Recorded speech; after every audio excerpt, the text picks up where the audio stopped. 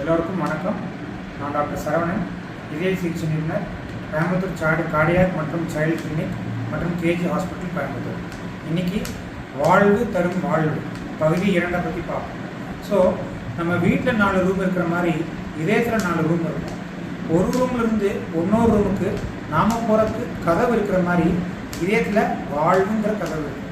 இந்த வாழ்வுங்கிற கதவு இப்படி திறந்து இப்படி மூடணும், டென்ட் மாதிரி. இப்படி திறக்கிறதுல பிரச்சனையானால் அதை நம்ம ஸ்டீனோசிஸ், அதாவது வாழ்வு சரியாக திறக்கலை அப்படின்னு சொல்லுவோம்.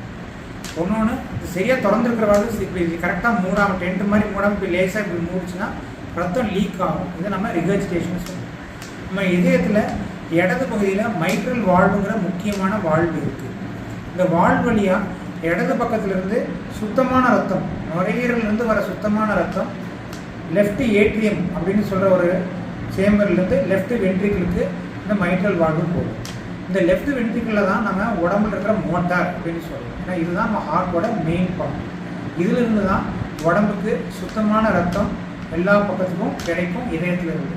ஸோ இந்த லெஃப்ட் ஏட்ரியம்ங்கிற பகுதியையும் லெஃப்ட் வென்ட்ரிக்கிளுங்கிற பகுதிக்கும் நடுவில் இருக்கிற டோர், அதாவது கதவு தான் இந்த மைட்ரல் வால்வு.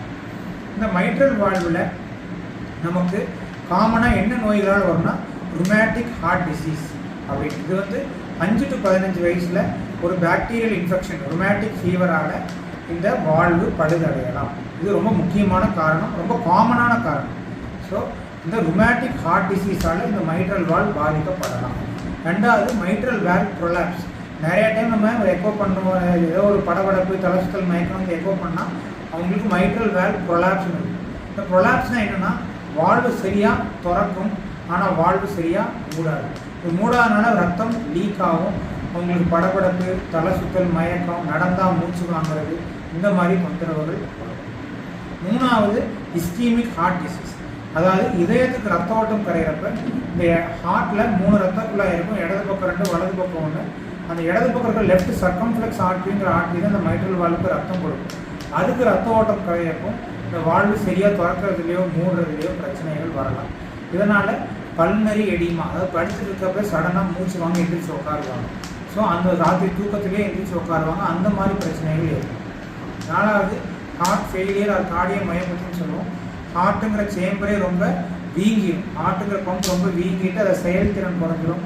அதனால் வால்வு சரியாக மூட முடியாது.